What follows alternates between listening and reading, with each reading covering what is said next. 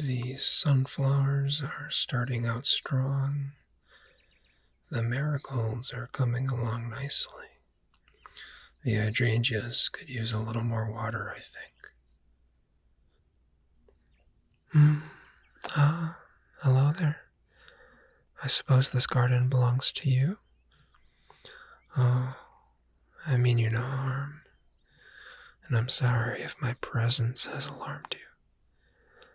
I'm merely enjoying these flowers and checking in on this garden. That's odd? Yes, I suppose so. Allow me to explain. I'm a garden spirit. I move from garden to garden, taking in the sights and the smells. I even sometimes give plants a bit of a boost when they need one. If you ever forget to water your plants for a while, but they still end up all right, that may be my handicraft. Though I can only do so much. I also sometimes move leaves and flowers ever so slightly to catch a stray sunbeam or water droplet. Yeah, I'm a spiritual being beyond your plane, and my whole deal is gardens. I know that seems a bit specific, but you've got to think there's really an incredible amount and variety of gardens out there. Different layouts and arrangements, different environments and climates, and crucially, different combinations of plants and flowers, meaning a great many pleasant scents. Each one more or less unique. Oh, and of course, different types of gardens altogether. This garden we're in now is impressively spacious and diverse, but definitions of garden can vary, at least in my book. People who live in dense urban environments or apartments or so on can have a particularly difficult time trying to create a traditional garden. But many will care for even a single plant in a little pot on their windowsill, and I enjoy all of those too. And on the other side of the spectrum, some communities will collectively care for larger community gardens, where I've encountered some of the most amazing scents and displays. Do people get weirded out when they see me? I think people usually calm down, much like you, once I explain myself. But I do have one trick that convinces people pretty reliably, and I'll show you so you can be totally at ease. Put your hand next to one of those tulips there and hold it real still. Okay. I'm gonna make the flower do a slight little bow, and there. It's like it gave your hand a little kiss. It's pretty cool, huh? Anyway, I can usually get a sort of a reading from a garden telling me whether its caretaker would be all right with me really taking a garden in. And if not, then I don't bother them. It's a very peaceful existence, and yet always interesting. I even get to meet nice people like you. My name? I like to be called Daisy because it's my favorite flower. What's your favorite flower? Besides daisies, because they're clearly the best. Yeah. Those may be my third or fourth favorite. They're definitely up there. The reason I particularly like daisies is that While they definitely have a charm in themselves, their appearance and smell is a fair bit less extravagant than the many varieties of flora out there.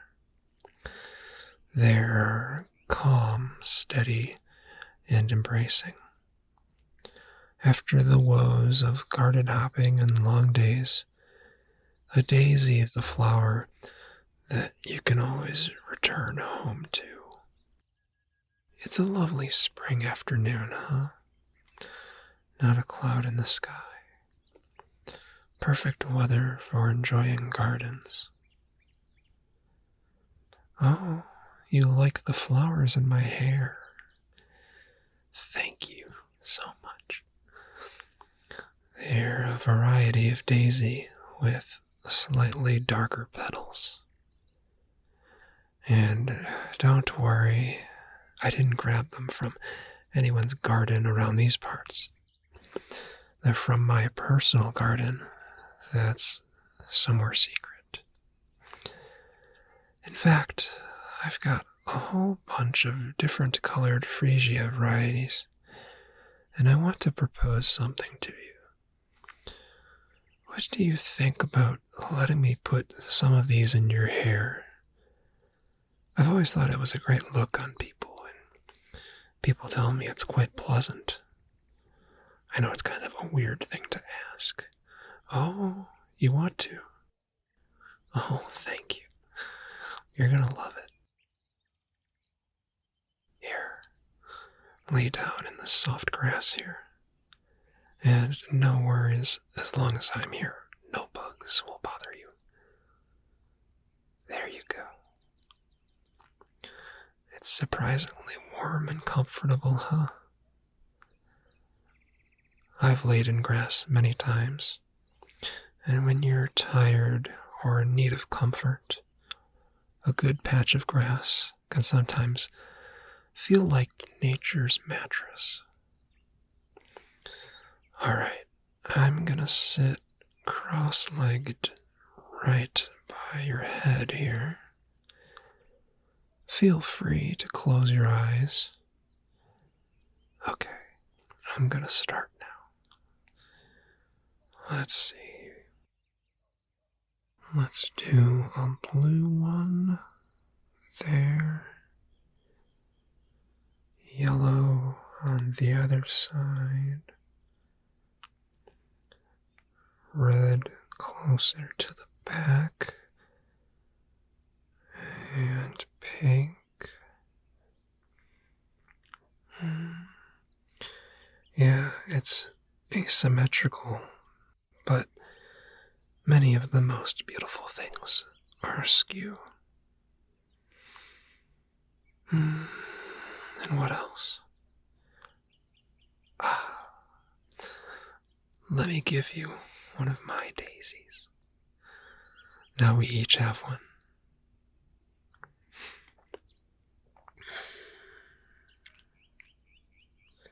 Wow. Now, you were already beautiful before, but you're really resplendent with your improvised headwear. And you'll smell particularly exciting for some time, too. You'll smell like freesias. And don't worry about your hair. The flowers are healthy and natural and clean of dirt or anything you wouldn't want up there. Plants and gardening are a calm pursuit. In life, things can be aggressive and loud and fast-moving, but plants know how to chill out, and they do it very well. And in gardening, everything is gradual and largely predictable with regard to the processes involved. And yet, there are unpredictable elements, like the unique aroma of a garden's combined flora, or the precise ways a garden's plants will have grown or swayed each time you look at them. You know, plants are smarter than many give them credit for. As a garden spirit, I sometimes communicate with them to an extent. And the plants in this garden tell me that they know you try really hard, and they applaud it.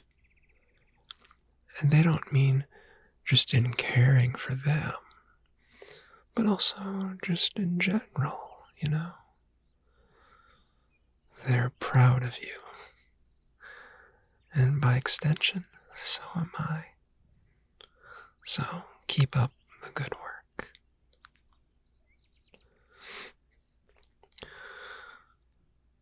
You are looking pretty relaxed, so feel free to drift off,